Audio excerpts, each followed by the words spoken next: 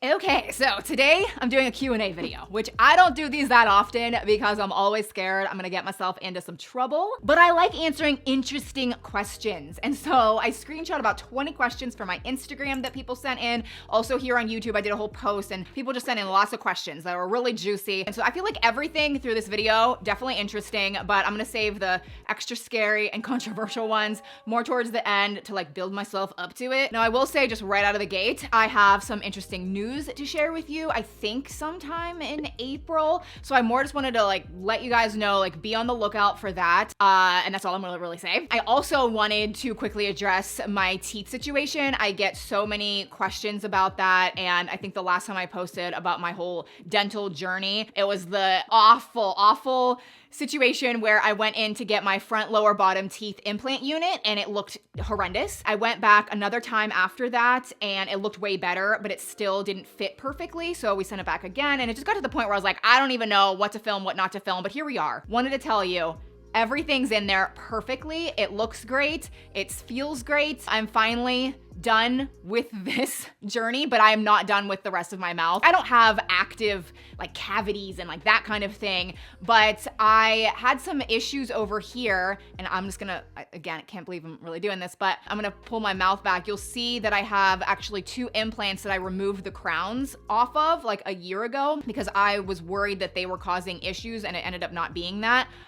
But look, you can see the implant post is sticking out, the same on the bottom. So I'm going in like, I think next week actually to get the like new crowns placed on those. And then my mouth, I'll actually have like a full set of teeth. But again, I'm still not at the end of my road. There's still other issues that I probably should address. I'm kind of just like seeing how things play out. One of the questions someone sent me in is, how much have you spent on your mouth with insurance or maybe out of pocket? I think maybe they were just referring to maybe just this situation by itself. This right here, I'm gonna be like so transparent. It was like 15,000.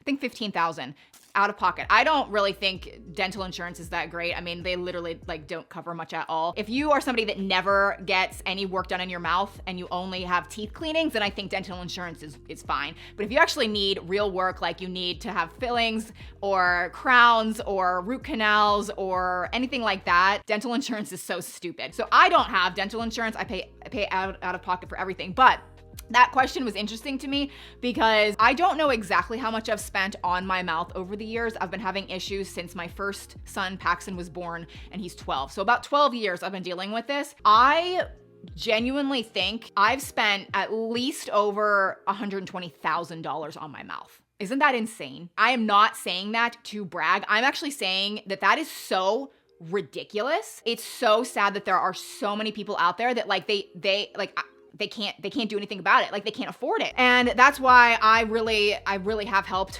a lot of people fix their mouths. And it's not like I'm sending people like $500. That's like a drop in the bucket. And again, I'm not even saying this to brag that, oh, I'm such a great person. I'm just saying, I wish I could help everybody, but it would literally be millions of dollars, millions and millions and millions of dollars if I was able to like help everybody that's emailed me. It's just insane how expensive this is, and dental stuff is like a medical necessity in my opinion. Okay, some of these questions I'm gonna try to answer really quickly, otherwise this video is gonna be way too freaking long. So the next question is, you've been showing more of how health conscious you are. Would you ever consider going plant-based? So for me personally, no. I think that if you are plant-based or you're vegan, that's great. Plants are great, but I just imagine what people were like thousands of years ago and what they did to survive, and they ate meat and plants. And so I don't know, that's just my opinion. I don't even crave meat, to be honest. I mean, I like it, but Josh is like a meat lover. I can't even imagine him being plant-based. Do you use a sauna? So just real quick about this,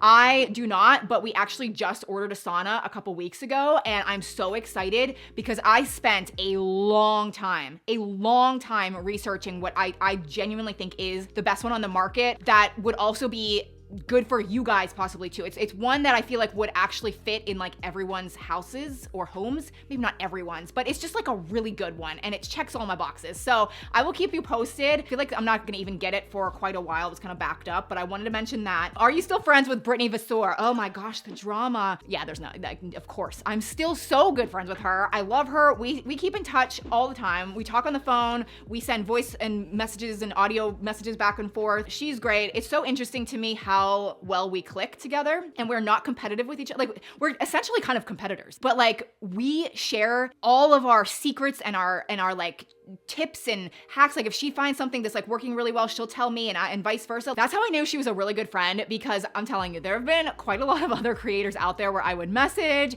to like ask a question or get their opinion, and they don't want to help me. Oh, no. Like, no. And so it's just interesting. Do you have products you regret recommending? Oh, this is also juicy. I do have 2 specific products that I regret recommending. So if you purchase these, I am so sorry. It's my fault. I'm not perfect. The one is the LG steamer styler thing, that huge thing that like goes in people's laundry rooms or closets. So I don't think the thing is bad per se, but after using it a lot, I think that it shouldn't be that much money, and so I feel bad about recommending it. You can only steam like 3 shirts at one time, and not every single fabric works well. Like some shirts work well, other shirts actually it looks worse. You can also sanitize things, which that works well, but I find that certain items it doesn't get rid of the smell completely, like if it has a weird odor. That's one where I regret that recommendation. And then also, I don't even remember the name of this, but do you guys remember, this is years ago, I think it was in 2020, I recommended this cordless air styler. I think that's what it was called, but it was cordless. And so many of you guys ordered it. Like I thought the product would launch when I posted my video, but in reality, they just took pre-orders and then never actually launched. But then everyone got their money back, and it's fine. I just regret that whole thing. It was just stupid. But the next question is, how do you stay thick-skinned? People's comments would beat me down and keep me in a terrible state of anxiety. Kudos for not letting naysayers beat you down. So yes, I've thought a lot about this. I've been doing this since September 2016. So that's almost 9 years, which I didn't even realize it's been that long, but I've just never cared. And I really am not just saying that. I think everyone's just different. And I'm just somebody that I just have never cared. Like back in the day, my mom would get so defensive about comments. Like she would text me like, did you see this person? Can you believe they wrote that? And I'm just like, I don't care, mom. Like I don't care. There was probably a couple months where Josh was bothered by some comments too. And maybe it has to do with confidence. I've never even thought of myself as a confident person. I've always been kind of shy. I've always been kind of reserved. I don't like talking in crowds. I don't even like going to parties and everyone like looking at me. Like my wedding day, oh my gosh, that was terrifying. This has taught me, like, I think I am a confident person because I also don't really care what people think. I'm doing just fine. I think it's just some people are different, and luckily I'm just somebody that is, maybe I just am naturally thick-skinned. Sorry, this is a repeat question, but I still get it all the time, so I thought I would just address it again. Did you or are you planning on buying another plane? We did buy a plane. Josh is a pilot. We loved it for like a year, but then we wanted to get a bigger plane so that we could go further. But we also just realized in that year of owning one, it's just not the time for us to own a plane. The kids are in school. We don't have time to be like jet setting off. Like we can't do that. The kids are in school. So we sold the plane. We actually got a really good offer for it. We made money on the plane, which was interesting. We thought about like looking for something bigger, but then we again just realized it's not the time. So when the kids graduate high school, I feel like then we could revisit that. I'm just in a weird situation in that like my husband can actually fly the plane. You know what I mean? We're not doing that anytime soon. This next question was asked by my dear friend Marissa, but I am genuinely curious what your thoughts are on this. So I'm kind of just like asking you this question. Where in the world would you want to travel and see that you haven't been to yet? So if you follow me on Instagram, like if we travel, it's pretty much been in the US. Like we go to Florida a lot. We've been out west. I've kind of been holding off going out of the US until the kids were a little bit older. Now I feel like they're old enough to actually remember significant trips. So my question to you guys is down in the comments, if you are somebody that you've been to a lot of places in the world, where do you really recommend going? And I guess if you haven't been to that many places, but like say you went to Greece and you loved it. Yeah, I'm sure Greece is amazing. That's kind of like, I want to go there. I'm more like asking people that have really been to a lot of places, where do you genuinely recommend that we go? I was thinking maybe Japan. That's kind of crazy. Dubai would be crazy. Greece is also up there. Like comment down below, let me know. Speaking of Florida though, I posted this photo on my Instagram stories when we were down there because we met with some friends from an agency that I work with, and so many people messaged and commented asking, how tall is Josh? Oh my gosh. So yes, he's 6'5". I'm 5'5", so there's a full 12-inch difference between us, but I like him tall. And I also got asked the age difference between me and Josh. So he's actually 8 months younger than me. So I'm older. I'm 38. He's currently still 37. I'm born in December. He's born in August. So 8 months difference. Continuing on with Josh, I got this one a lot. Does Josh work outside the home or does he work with you full time? So he used to work outside the home. He was a pilot. Then he worked for the FAA actually, still doing like piloting things, but he was at least home every night. And then my YouTube thing kind of took off and it just made perfect sense for him to quit. And yeah, he works with me full time now and it's been amazing. It's been like so life-changing, so phenomenal. Like I'm so thankful that that is the way it is now because he's happy and he's home and he's with us. He like when he was a pilot, he was never home, never saw the kids. It was awful. Do you ever miss your 9 to 5? Nope. Not even a little bit, not even at all. I definitely was really sad the first 3 weeks. I literally cried myself to sleep for 3 solid weeks. And then I got over that real quick. And this is so much better. I can't even imagine going back. But that does lead me to other questions I got. What would you do when your YouTube career is over? On YouTube, someone asked, hopefully this never happens, but if you do stop doing YouTube, what would you do? Would you go back to HR or try something new?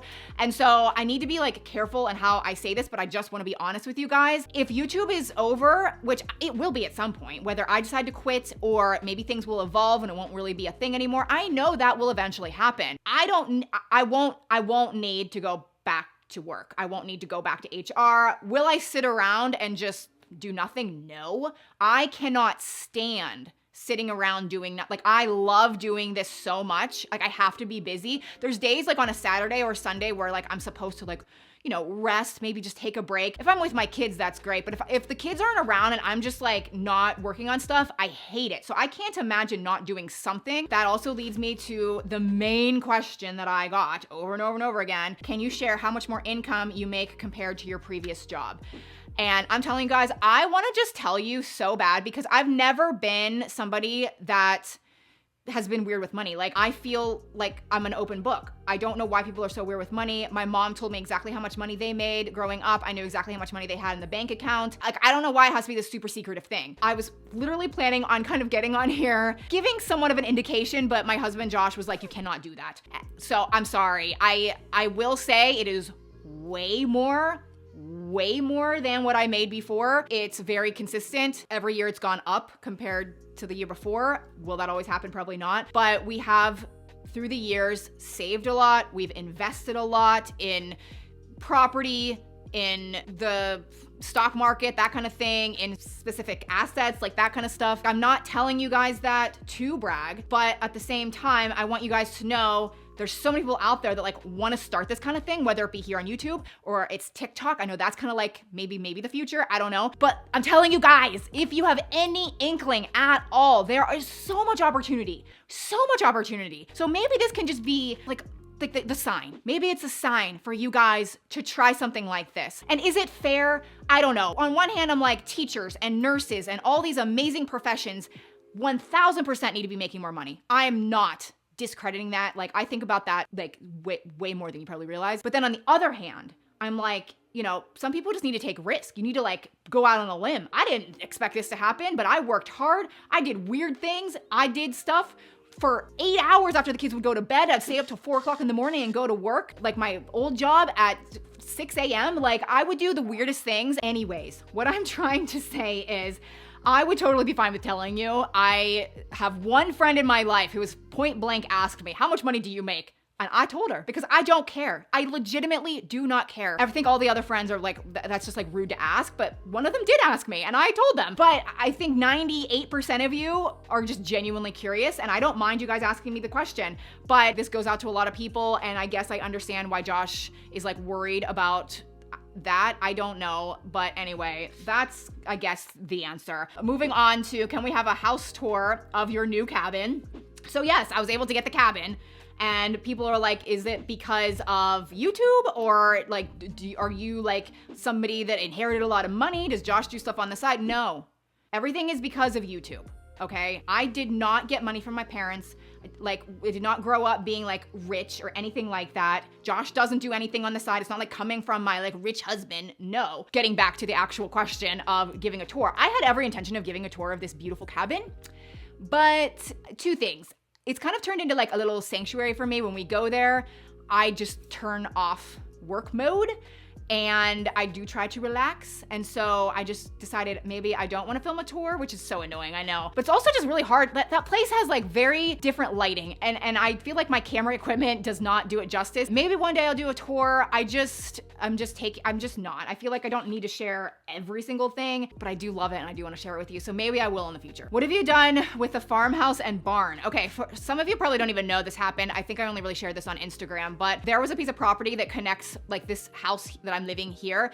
It went up for sale. Actually, it didn't go up for sale. The neighbor was gonna put it for sale and just mentioned it to us, but it was a piece of property that came with a house and a big barn, and it attached to where we live now. And we decided to buy it because we didn't want there to be like tons of houses all around us. So it was kind of half because of that, but then also bringing it back to investments. It was a good investment. We got it for a really good price. We were planning on renting out the farmhouse. We completely renovated it. We were planning on renting out the farmhouse, but guess what happened? It was all just meant to be. Josh's parents now live there. Isn't that amazing? So they actually used to live about an hour and a half away. They wanted to move closer to this area and we were able to just be like, come live in this house. And so now they live there and we kind of fix up the barn as well. We still have more to do with that. But yeah, they live there and they're super close to us and I love Josh's parents and I know a lot of you are thinking like I would never want my in-laws near me, but I'm telling you they're not like that. They are great. They're fantastic. The kids run down to their grandparents' house whenever they want. It has been amazing. Okay, this next question, definitely very controversial, could get me into some hot water. There's gonna be people that hate me